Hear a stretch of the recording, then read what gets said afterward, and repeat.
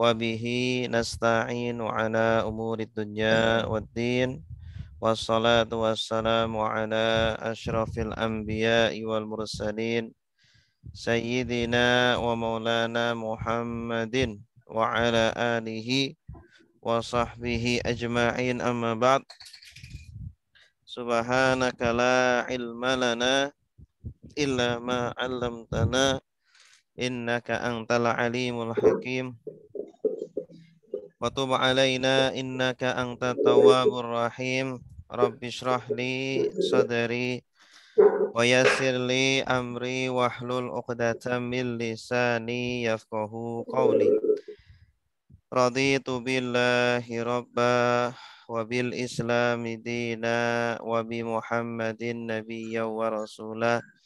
Rabbi zidni ilma warzuqni fahma, amin ya rabbal alamin. Yang kami hormati Bapak Ibu semuanya, semoga selalu diberikan kesehatan, dipanjangkan umurnya, dan diberikan keberkahan waktu. Alhamdulillah pada pagi hari ini, hari Rabu, tanggal 8 Desember 2021 ya. Di penghujung tahun ini 21. semoga 21. Ya, 2021. Semoga di penghujung tahun ini kita bisa memanfaatkan waktu-waktu kita. Semoga kita yang punya target bisa tercapai target-targetnya. Dan semoga kita selalu diberikan umur panjang, diberikan kesehatan, diberikan bimbingan dari Allah untuk selalu berada dalam kebaikan-kebaikan. Amin ya rabbal alamin. Salawat serta salam mari kita selalu kirimkan kepada baginda agung Nabi Muhammad sallallahu alaihi wasallam. Semoga kita semuanya mendapatkan syafaatnya kelak di akhirat. Amin ya rabbal alamin. Baik Bapak Ibu yang dimuliakan Allah, pada hari Rabu ini insya Allah kita akan melanjutkan kajian kita tentang fikih keluarga. Ya, pada hari lalu kami berhalangan dan sekarang insya Allah menggantikan pelajaran yang lalu. Tema kita pada pagi hari ini masih ada kaitannya dengan tema minggu lalu, yaitu tentang talak, ya, talak atau perceraian.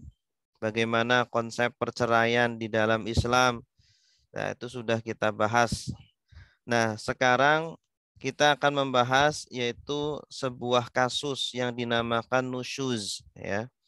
Ini mungkin salah satu penyebab terjadinya perceraian, yaitu karena adanya nusyuz, ya. Apa itu nusyuz? Kita lihat, nusyuz adalah secara bahasa dari kata nun shin za atau nasyaza, ya, nun shin za, yaitu tempat yang tinggi, ya, tempat yang tinggi itu namanya nusyuz. Atau juga bisa berarti berdiri, ya, orang yang asalnya duduk kemudian diminta untuk berdiri, itu juga nusyuz.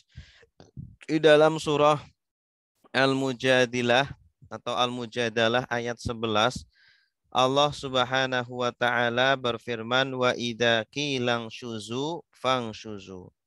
Dan apabila dikatakan berdirilah kamu, maka berdirilah, gitu.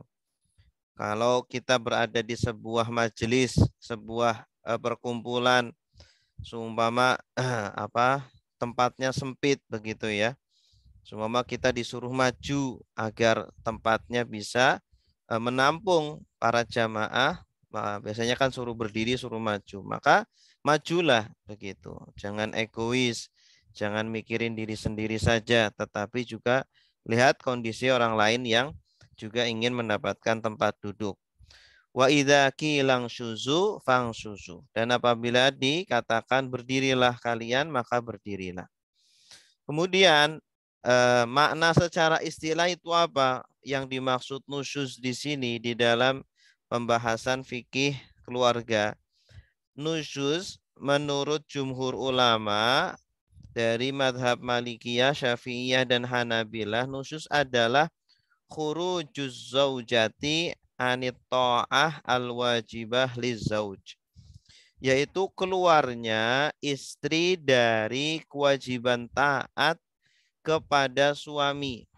Ya, ketika istri tidak mau taat kepada suami, itu dinamakan nusyuz. Ya, padahal kan suami itu sudah memberikan nafkah, sudah memberikan mahar, sudah memberikan makanan, tempat tinggal, pakaian. Nah, maka sebagai imbal baliknya istri harus taat kepada suami. Nah, ini justru malah istri tidak taat kepada suami. Ya, sumama tidak mau diajak campur, ya, atau diperintah tetapi tidak mau melanggar perintah suaminya. Nah, ini dinamakan nusyuz. Nah, insya Allah akan kita bahas secara detail ya batasan-batasan nusyuz tersebut sehingga tidak apa namanya tidak kabur ya, maknanya jelas. Nah, di dalam Al-Qur'an juga disinggung oleh Allah Subhanahu wa taala tentang wanita-wanita yang nusyuz. Wanita-wanita yang keluar dari ketaatan kepada suami. Di dalam surah An-Nisa ayat 34 Allah Subhanahu wa taala berfirman, wallati takhafuna nusyuzahunna fa'idhuhunna wahjuruhunna fil madaji' wadribuhunna fa in ata'nakum fala tabghu 'alaihinna sabila innallaha kana 'aliyan kabira. Yang artinya wanita-wanita yang kamu khawatir nusyuz, ya, kamu khawatir dia berbuat nusyuz atau memang sudah diketahui wanita-wanita tersebut benar-benar berbuat nusyuz, maka bagaimana sikap seorang suami? Bagaimana kita menyelesaikan masalah tersebut, begitu ya? Maka arahan yang diberikan oleh Al-Quran ada 3 hal. Yang pertama, fa'idhuhunna, maka nasihatilah, ya, maka nasihatilah ya. Kalau dikatakan ceramahilah kurang ini kayaknya. Nasihatilah, ingatkanlah tentang kewajiban-kewajiban seorang istri kepada suaminya agar berbuat taat kepada suami. Ya, ingatkanlah bahwa wanita yang solehah adalah wanita yang taat kepada suaminya, ya, walaupun dia rajin puasa, rajin sholat, rajin tahajud, rajin sedekah. Tapi kalau membangkang kepada suami, maka ya dia belum dikatakan wanita solehah. Kalau ternyata dinasehati, ya, diomongi tidak mempan, masih tetap nusyuz, wahjuruhunna fil madaji', maka pisahkanlah ranjangnya. Maksudnya gimana? Jangan tidur dengan dia, ya. Sebagai bentuk ya kita sedang sedang tidak suka dengan perbuatannya. Agar dia berpikir, agar dia introspeksi diri. Ya, kesalahan saya apa sih? Ya, kenapa kok suami saya tidak mau tidur sama saya? Nah ini. Ya, mohon maaf audionya dimatikan dulu. Ya, kesalahan saya apa sih? Begitu. Jadi biar paham. Mungkin dengan omongan tidak paham, tapi dengan perbuatan mungkin bisa paham. Ya. Nah, kalau ternyata tetap saja tidak paham si wanita tersebut, wadribuhunna, maka silakan pukullah, ya. Pukul tetapi tidak dengan pukulan yang menyakitkan, hanya pukulan teguran saja begitu ya. Bukan pukulan yang menjadikan membekas, memar, tidak, tetapi pukulan yang menjadikan teguran. Bahkan dalam sebuah pendapat ulama, pukullah dengan siwak begitu ya. Pukullah dengan siwak. Lah siwak ini kan nggak menyakitkan sama sekali begitu ya. Nah, kecuali kalau siwaknya satu kintal gitu ya. Nah, itu sakit. Fa in ata'nakum fala tabghu alaihin nasabila. Maka jika mereka taat kepada kalian, mereka sudah sadar, sudah taubat,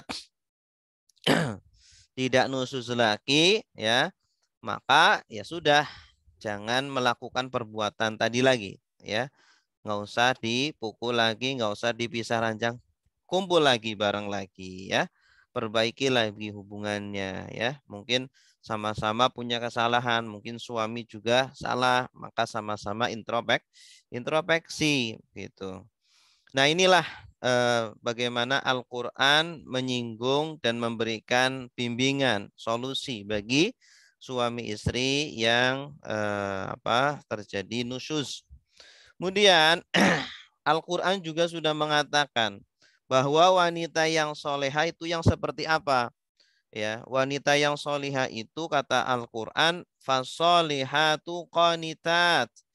Nisa An-Nisa ayat 34. Wanita-wanita yang solehah adalah yang taat kepada suaminya, ya, walaupun dia taat kepada Allah, ya, sampai jidatnya hitam, sampai kurus karena kebanyakan puasa, eh, sampai matanya berkantong karena kebanyakan sholat tahajud. Tapi kalau dia tidak taat kepada suaminya, ya sama saja. Ya, belum dikatakan wanita yang solehah begitu. Nah, jadi kalau mau dikatakan wanita yang solehah, maka harus apa? Taat kepada Allah dan juga taat kepada suaminya begitu ya. Makanya dalam sebuah hadis dikatakan man lam yashkurin nas lam yashkurillah. Barang siapa yang tidak bersyukur kepada manusia, maka dia juga tidak bersyukur kepada Allah, ya. Artinya bersyukur harus kedua-duanya. Bersyukur kepada Allah dengan ibadah, ya, dengan sholat, dengan melakukan perintah-perintah Allah. Bersyukur kepada manusia bagaimana? Membalas budi, ya, budi baik. Suami kita sudah memberikan semuanya kepada kita, maka balaslah dengan bentuk pengabdian pada suami. Maka di dalam beberapa hadis banyak sekali dijelaskan tentang wajibnya taat kepada suami. Contohnya di dalam hadis riwayat Imam Ahmad, ya. Idza shallatil mar'atu khamsaha. Apabila wanita sholat 5 waktunya, wa shamat syahroha, dan berpuasa bulan Ramadan, wa hafizat farjaha, dan menjaga farjinya, kehormatannya, wa ata'at zaujaha, dan menaati suaminya. Ini. Jadi tidak hanya taat kepada Allah tetapi juga kepada suaminya, ya, menjaga kehormatannya juga. Kilalaha, maka akan dikatakan kepada wanita tersebut, udkhulil jannata min ayyi abwabil jannati syi'ti. Masuklah kamu ke dalam surga dari pintu yang kamu inginkan. Nah, ini ya, jadi wanita nggak perlu dia itu berjihad, mengangkat perang, nggak perlu dia itu berbuat ibadah yang berat-berat, yang sulit-sulit, tak perlu. Ya, cukup sholat 5 waktu, puasa bulan Ramadan, menjaga kemaluannya dan taat kepada suaminya, sudah. Maka dia akan dijamin masuk surga dan bahkan bebas memilih dari pintu mana saja ingin masuk. Baik. Kemudian juga di dalam hadis lain dijelaskan bahwa Lau kuntu amiron ahadan an yasjuda li ahadin la amartul mar'ata an tasjuda li zaujiha. Hadis riwayat Tirmidzi. Ya, kalau seandainya aku dibolehkan ya untuk memerintahkan manusia sujud kepada manusia, pasti saya sudah memerintahkan istri-istri untuk sujud kepada suami-suaminya. Ya, kenapa? Karena betapa besarnya jasa suami, betapa besarnya pengorbanan suami, ya. Betapa suami sangat tinggi derajatnya di hadapan istrinya. Kalau surga ada di telapak kaki ibu, maka bagi istri surga ada di telapak kaki suaminya, begitu ya. Nah, maka dalam sebuah hadis lain pun dijelaskan bahwa di manakah surgamu, ya. Kata Rasulullah ditanya, di manakah surgamu? Surga kamu wahai istri adalah bagaimana suami melihat kepadamu. Ketika suamimu ridho kepadamu, maka disitulah ada surgamu. Ketika suamimu marah kepadamu, ya, karena kita melakukan sesuatu yang memang tidak boleh kita lakukan, ya, maka disitulah nerakamu, gitu. Jadi jangan sampai kita itu tidak diridhoi oleh suami kita. Sebelum kita tidur, mintalah ridho kepada suami kita, sehingga kalau suami sudah ridho, insya Allah Allah Subhanahu Wa Taala juga ridho kepada kita semuanya. Kemudian dalam sebuah hadis lagi, hadis yang ketiga, idza batatil mar'atu hajiratan firasha zaujiha la'anat hal malaikatu hatta tusbiha.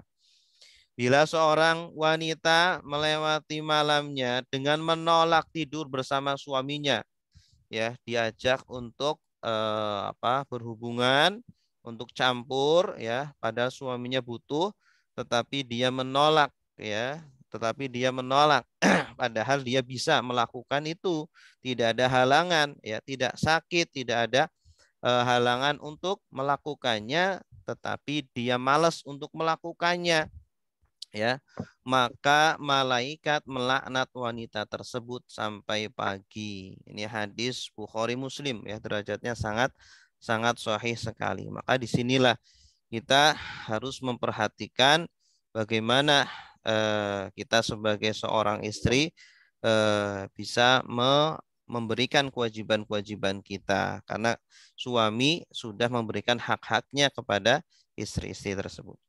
Bapak Ibu yang dimuliakan Allah, nah tadi kita sudah bahas tentang nusyuz, ya.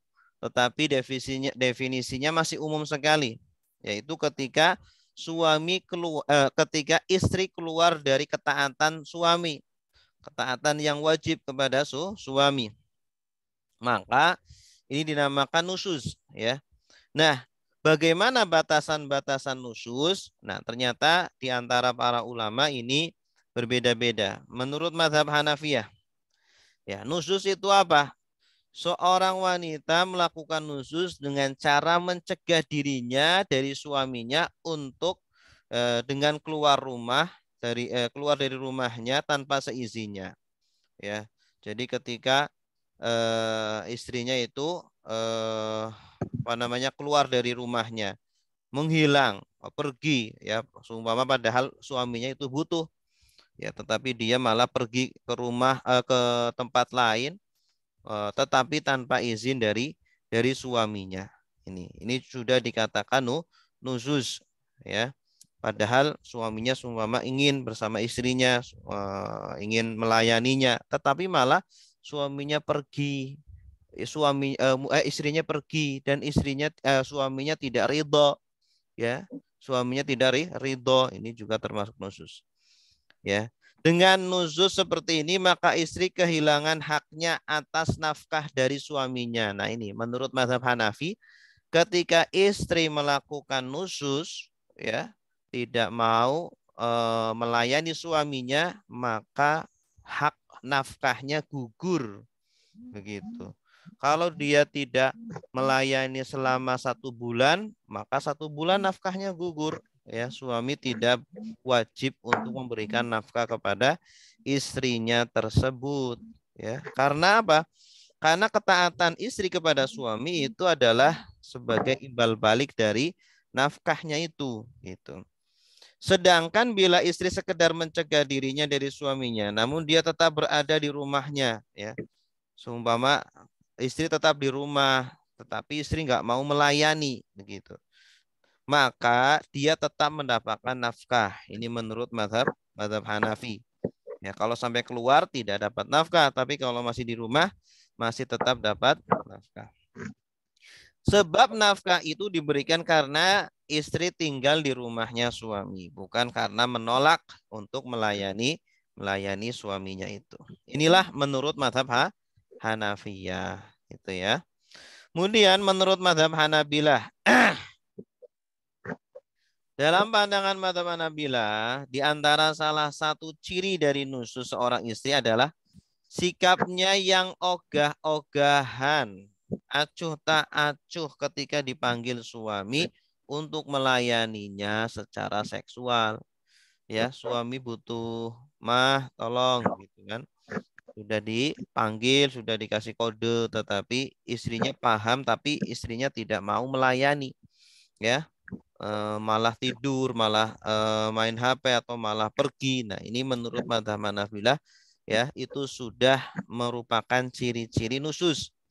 Selain itu juga yang termasuk nusus adalah keluar rumah padahal suaminya tidak mengizinkan, ya. Suaminya butuh itu istrinya, ya, tidak mengizinkan istrinya untuk keluar, tapi istrinya malah keluar, mungkin istrinya pengen apa, kemana, refreshing atau bagaimana ya, tetap keluar padahal tidak mendapatkan izin dari suami, maka ini juga nusus. Dan istri yang menolak menjalankan kewajiban Allah termasuk dalam kategori istri yang melakukan nusus menurut madhab Hanabila. Disuruh suami untuk sholat, untuk puasa, nggak mau, ya. Padahal suami itu kan nanti tanggung jawab di akhirat gitu ya.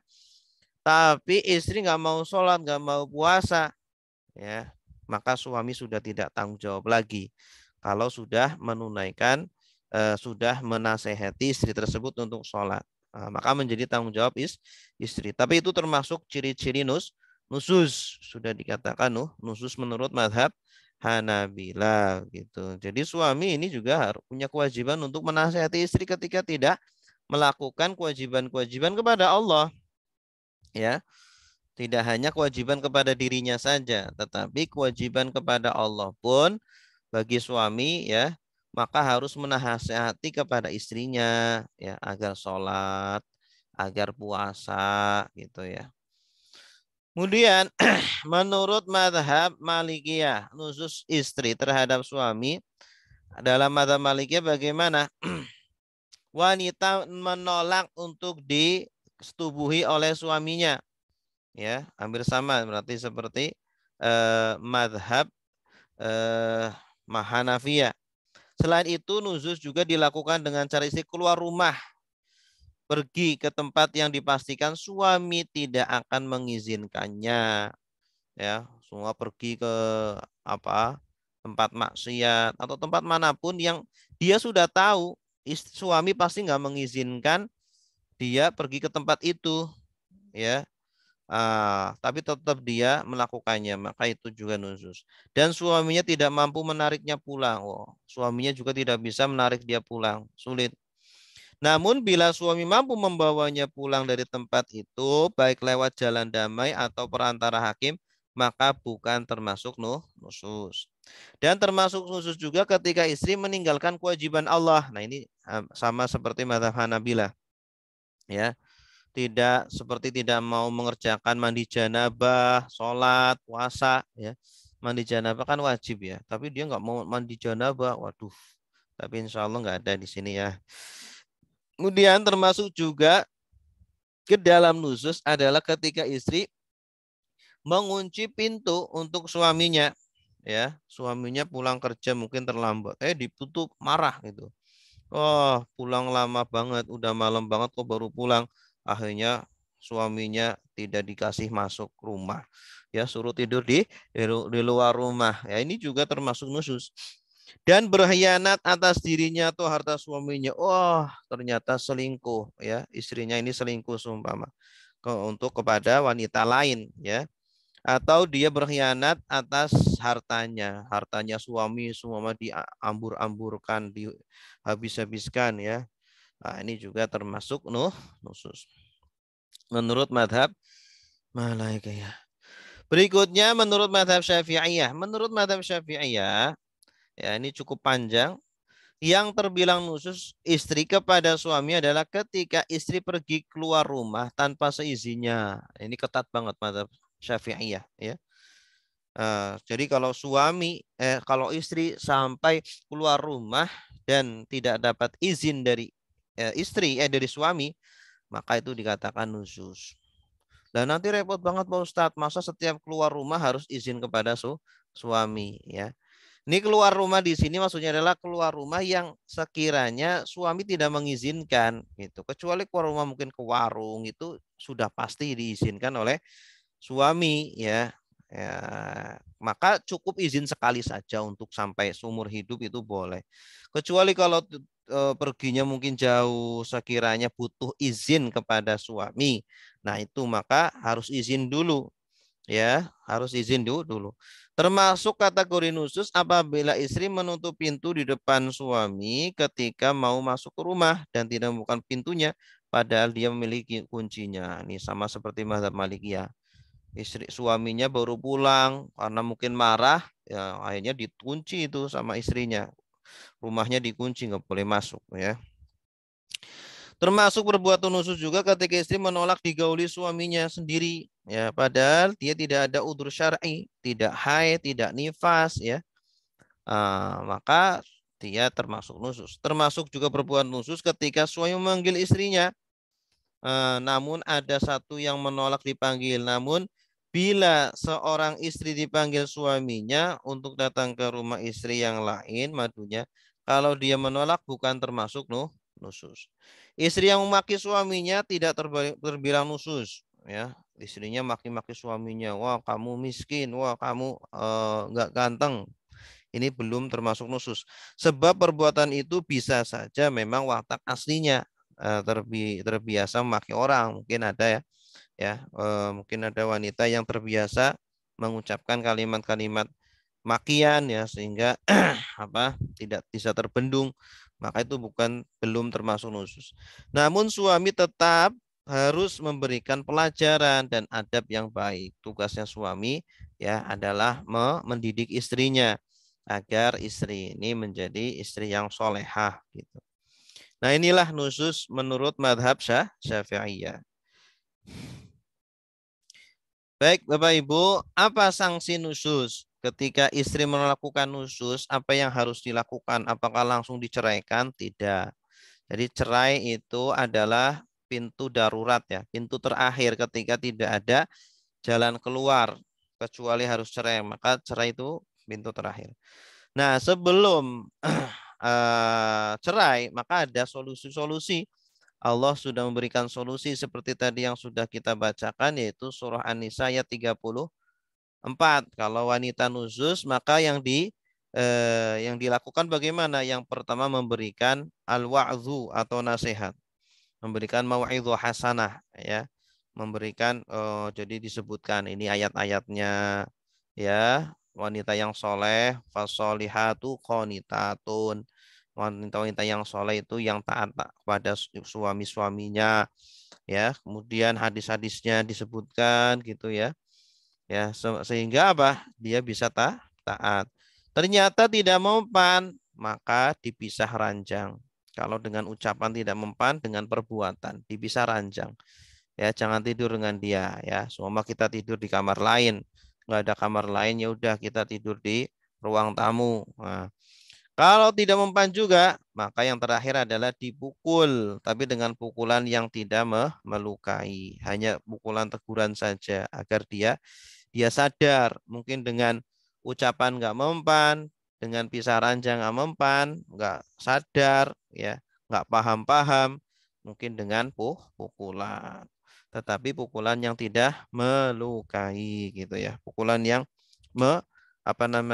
menyadarkan saja. Ya, baik Bapak Ibu yang dimuliakan Allah, demikian yang bisa kami sampaikan berkaitan dengan nusyuz. Ya, jadi pada intinya nusyuz adalah apa? Nusyuz adalah keluarnya istri dari ketaatan dari kewajiban taat kepada suaminya gitu.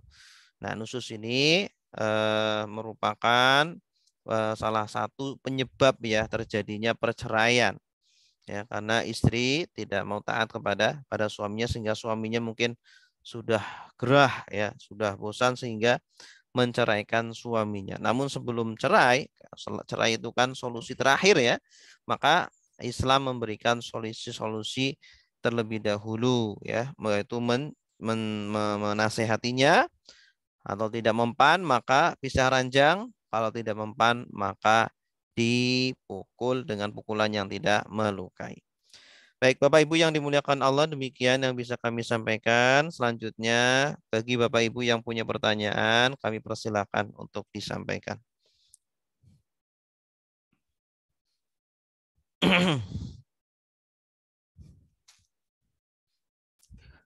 Allah Akbar. Ada, silakan.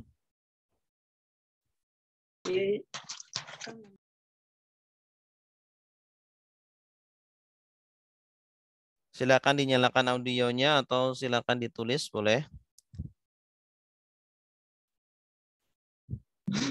Jelas Ustadz, insya Allah. Jelas. Ibu-ibu, ada pertanyaan, silakan.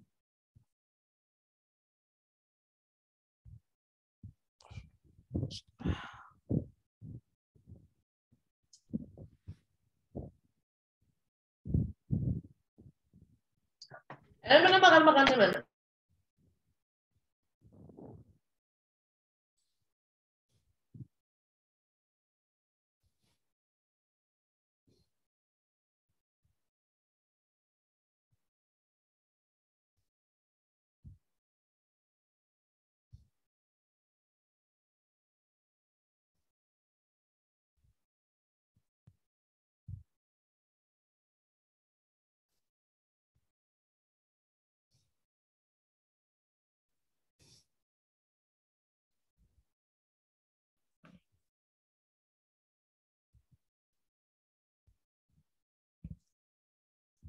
Bagaimana, ini ada pertanyaan dari Ibu Nina, bagaimana sikap istri dengan suami yang suka KDRT?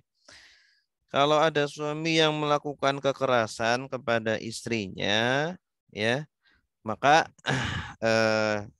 istri ini berhak untuk mengajukan cerai ya, namanya khulu. Ya, kalau sudah keterlaluan begitu ya. Yang pertama bukan cerai dulu sih. Yang pertama adalah dipertemukan ya antara keluarga istri dengan keluarga suaminya. Nah, kemudian diajak damai, apakah masih bisa damai, suaminya dinasehati begitu ya.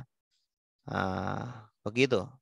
Kalau ternyata ya itu pertemuan antar keluarga pun ketika sudah memang tidak bisa ya. Pertama istri kalau bisa ya menasehati dulu, dikasih ya nasihat ya. Istri kan menasehati suami kan boleh ya kan. Menasehati, Mas jangan begitu Mas, ini. Ternyata nggak mempan, suaminya terlalu kasar gitu ya. Maka adalah dengan cara apa? Dengan cara dengan cara seperti tadi ya, bisa dengan cara dipisah seumpama tidak tidur dengan suaminya ini. Nanti mungkin suaminya bisa berpikir gitu, berpikir dulu ya. Nah, kemudian setelah itu ternyata tidak mempan, maka bisa dipanggil keluarga dari istri dan keluarga dari suami agar dipertemukan dan dibicarakan ya. Tentu istri ketika mengatakan suaminya berbuat KDRT harus ada bukti-buktinya ya sehingga bisa menguatkan. Nah, karena zaman sekarang itu zamannya bukti, tidak bisa kita sembarang mengklaim, sembarang menuduh, harus ada buktinya. Ini bukti-buktinya gini gitu. Mungkin ada rekamannya, ada apa gitu. Maka ketika sudah dipertemukan, tapi tetap suaminya tidak bisa, masih tidak mempan, maka kalau istri sudah tidak tahan dengan suami yang seperti itu, maka boleh minta cerai. Dia mengajukan cerai kepada pengadilan, khulu namanya. Ya, kemudian nanti pengadilan yang akan memaksa si suami ini untuk menceraikan istrinya begitu. Dengan istri membayar tebusan ya senilai ya seperti yang sudah disebutkan ketika nikah ya, ketika setelah nikah itu kan ada siqat ta'liq yang disebutkan begitu. Dan biasanya tercantum ya di buku nikah gitu. Wallahu a'lam. Kalau sering berantem dan suami tidak boleh ada kesalahan gimana? Suami nggak pernah salah gitu ya Ibu ya? Maksudnya gitu ya? Iya, memang yang namanya hubungan keluarga pasti ada cekcoknya, ada berantemnya. Tetapi kalau keseringan tidak baik begitu ya. Kalau terlalu sering tidak baik. Maka dibutuhkan kedewasaan, dibutuhkan sifat mengalah begitu ya. Menerima kekurangan masing-masing. Pasti ada kekurangannya antara suami dan istri, dan kata Nabi itu kan, kalau kita melihat istri kita ada kekurangannya, maka ingatlah dia juga punya kelebihan. Ya, kalau kita mencari yang sempurna tidak ada. Kita mencari dapat istri ini, kekurangannya di sini. Kita nyari yang tidak ada kekurangan di situ. Kita dapat yang baru lagi. Yang baru ini ada kelebihan di situ, tetapi ada kekurangan lain lagi. Gitu sampai ke yang Z tidak akan nemu yang sempurna, tidak punya kekurangan sama sekali begitu. Maka dari situlah kita diminta dalam berumah tangga itu ya, kalau sudah memilih ya sudah, kita harus menerima konsekuensinya, menerima istri atau suami apa adanya. Makanya harusnya ada sekolah pranikah gitu ya. Sebelum nikah harus diberikan pembekalan baik secara psikologinya atau secara hukum fikihnya atau secara akhlaknya gitu. Harus diberikan pembekalan seperti itu sehingga tidak kaget nanti ketika menikah ya ternyata berbeda jauh ya dengan yang sebelum menikah. Biasanya sebelum menikah kan ditutup-tutupi kekurangan-kekurangannya. Ketika sudah menikah terbuka semuanya gitu. Alhamdulillah anak saya semuanya itu ikut pranikah. Ya. Di sana Bagaimana ketika istri hendak menyampaikan suatu ilmu tentang agama kepada suami yang masih kurang ilmu agamanya? Boleh, silakan ya. Tetapi ya dengan cara yang lembut, dengan cara yang sopan, ya, dengan cara yang bijak begitu. Jangan sampai seperti nada mengajari, nada keras, nada merendahkan, tidak boleh. Ya, dengan cara yang lembut. Mas, ini loh Mas, ada hadisnya, ini loh Mas, ada ayatnya gini. Nah, Mas sebagai kepala keluarga, Mas harusnya yang bangunin adik untuk sholat tahajud, untuk sholat, untuk puasa dan seterusnya begitu. Ya. Dari Bu Eni, apakah nuzuz berlaku pada seorang suami? Kalau jumhur ulama tidak berlaku, ya. Kenapa? Karena yang harus taat harusnya kan seorang istri kepada suaminya. Ya, kenapa? Karena yang memberi nafkah itu suami, yang memberi mahar itu suami. Ya, makanya istrilah yang harus taat kepada suami begitu. Harus taat untuk melayani suami. Kecuali kalau memang istri yang memberikan nafkah, istri yang memberikan mahar begitu. Makanya para ulama tidak membahas tentang nususnya seorang suami. Karena memang apa? Karena yang wajib ditaati adalah seorang suami. Karena suami yang memberikan nafkah, memberikan kebutuhan kepada istrinya gitu. Wallahu a'lam gitu ya. Lalu Ustadz, Hmm. mohon maaf menyambung pertanyaan. Misalkan ada seorang suami yang menelantarkan materi kepada istrinya, terus tidak memberikan kebutuhan seksnya, kemudian memperlakukan istri dengan kasar, apakah itu tidak dikatakan seorang suami melakukan nusyuz kepada istrinya? Kalau itu namanya memberikan itu kan, seks itu kan salah satu nafkah, ya, salah satu nafkah. Maka dia ketika itu telah melanggar kewajibannya. Nafkah kepada istri itu kan tidak hanya nafkah lahir saja, tetapi juga nafkah batin. Maka ketika suami melakukan itu, maka ya si istri itu berhak untuk menegur suaminya gitu. Menegur suaminya, maka dia boleh mengajukan cerai kalau ternyata tidak ada jalan yang lain kecuali harus cerai, yaitu dengan cara khulu gitu. Dengan cara khulu gitu. Ya, jadi tetap istri punya hak untuk menegur kepada suaminya ketika dia tidak melakukan nafkahnya, tidak memenuhi nafkahnya. Nafkah itu kan tidak hanya materi. Nafkah tidak hanya uang, tidak hanya makanan, tempat tinggal, tetapi juga nafkah batin juga ada gitu. Wallahu a'lam. Jelas, Bu? Ya Allah Ustadz, terima kasih. Iya, sama-sama. Ada lagi? Silakan.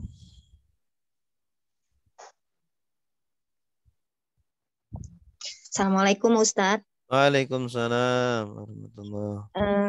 Bagaimana seandainya ada suami yang dia tidak mau bekerja, malah istrinya yang bukan dipaksa sih, karena memang istrinya sudah bekerja, jadi suaminya malas, tidak mau cari nafkah, tidak mau berusaha, jadi mengandalkan istri gitu. Itu suami yang kayak gitu ya, gimana ya? Boleh seorang istri itu mengajukan cerai dengan suami yang seperti itu gitu. Ya. Solusinya ya yang pertama, suami ini harus dinasehati dulu. Kalau tidak mempan, ya perlu memanggil keluarganya ya untuk dipertemukan. Ini bagaimana solusinya suami yang seperti ini? Ya. Kalau ternyata tidak ketemu, tetapi istri nggak mau cerai, seumpama saking sayangnya kepada suaminya. Ya, ketika dia bersabar dengan seperti itu ya, itu pahalanya sangat besar sekali. Bahkan banyak di antara wali-wali Allah, di antara kekasih-kekasih Allah, yang menjadi wali itu bukan karena ibadahnya, ya, bukan karena sedekahnya, bukan karena infaknya, bukan karena ilmunya, tetapi menjadi wali-wali Allah karena kesabarannya kepada pasangannya. Itu.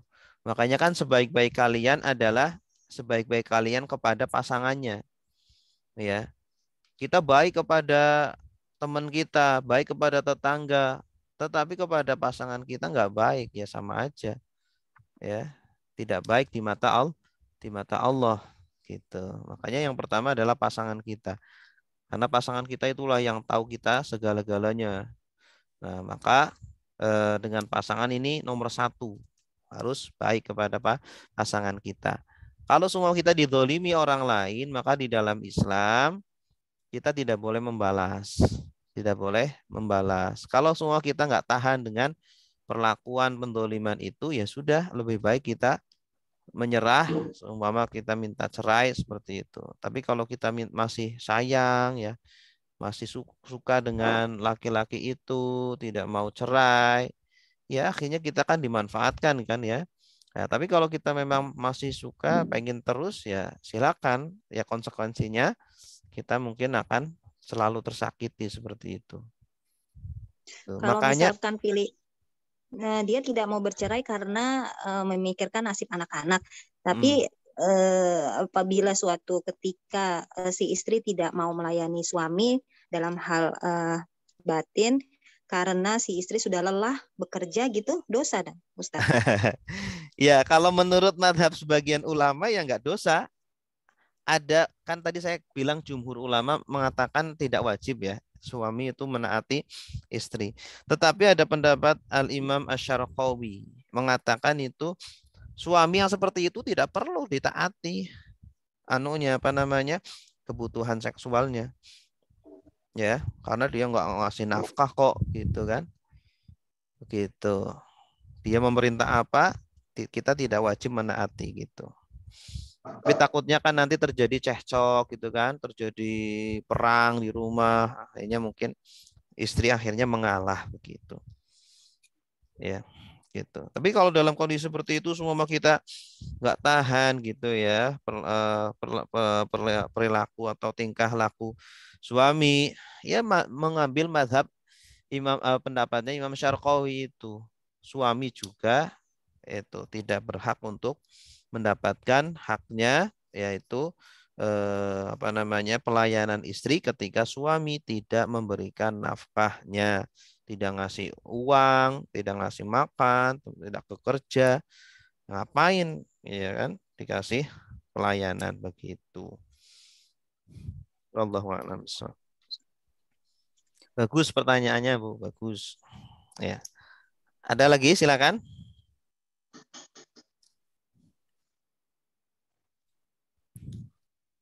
Kecuali kalau suami sudah ngasih nafkah, sudah ngasih semuanya, nafkah batin semua. Tapi dia mungkin capek, lelah, suaminya, istrinya mengajak itu. Maka boleh dia itu menolak si suaminya. Tapi kalau istri, dia kan memang kewajibannya di situ. Kewajibannya adalah melayani suaminya gitu. Makanya kalau dia beralasan aduh capek, nah itu sebenarnya alasan yang kurang diterima gitu. Ya, kurang diterima. Ada satu lagi nih Ustadz, Iya. Dengan kondisi si istri yang bekerja mencari nafkah, apabila si istri membatasi memberikan penghasilannya gitu ya ke suami, boleh nggak? Terus misalkan istri lebih dia punya catatan harta sendiri gitu karena merasa ini semua didapat dari hasil jerih payahnya tanpa bantuan si suami gitu. Terus dia mengasih ke keluarganya sendiri gitu. Istri itu tidak ada kewajiban memberi apa-apa ke suami. Ya. Maka ketika dia membatasi hartanya ya boleh silakan. Jangankan membatasi, dia ngasih ke suami aja nggak wajib. Gitu ya. Jadi ketika dia bekerja, si istri bekerja gitu karena suami nggak ngasih nafkah, maka 100% uangnya silakan dinikmati sendiri. Gitu.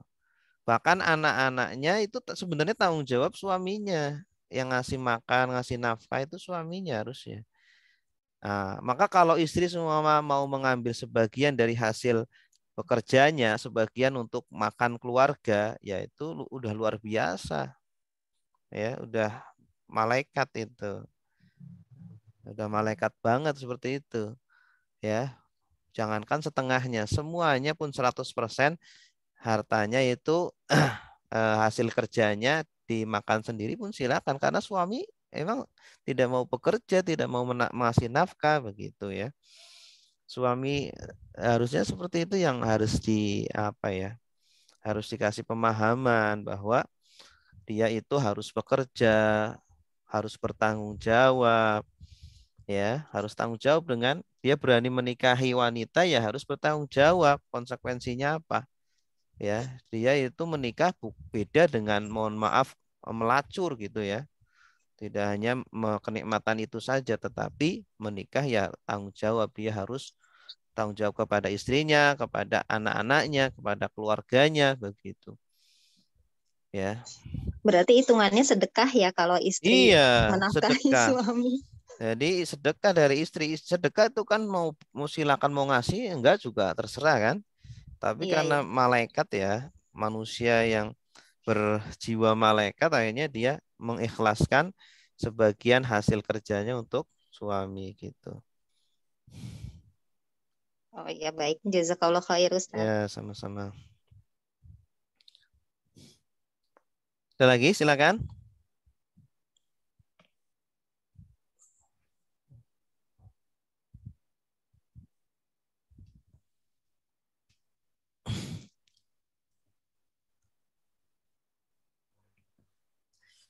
Kalau tidak ada, kita cukupi sampai di sini. Alhamdulillahirabbil alamin. Kita tutup dengan doa kafaratul majlis. Subhanakallahumma wa bihamdika asyhadu an la ilaha illa anta astaghfiruka wa atubu ilaik. Wassalamualaikum warahmatullahi wabarakatuh. Waalaikumsalam warahmatullahi wabarakatuh.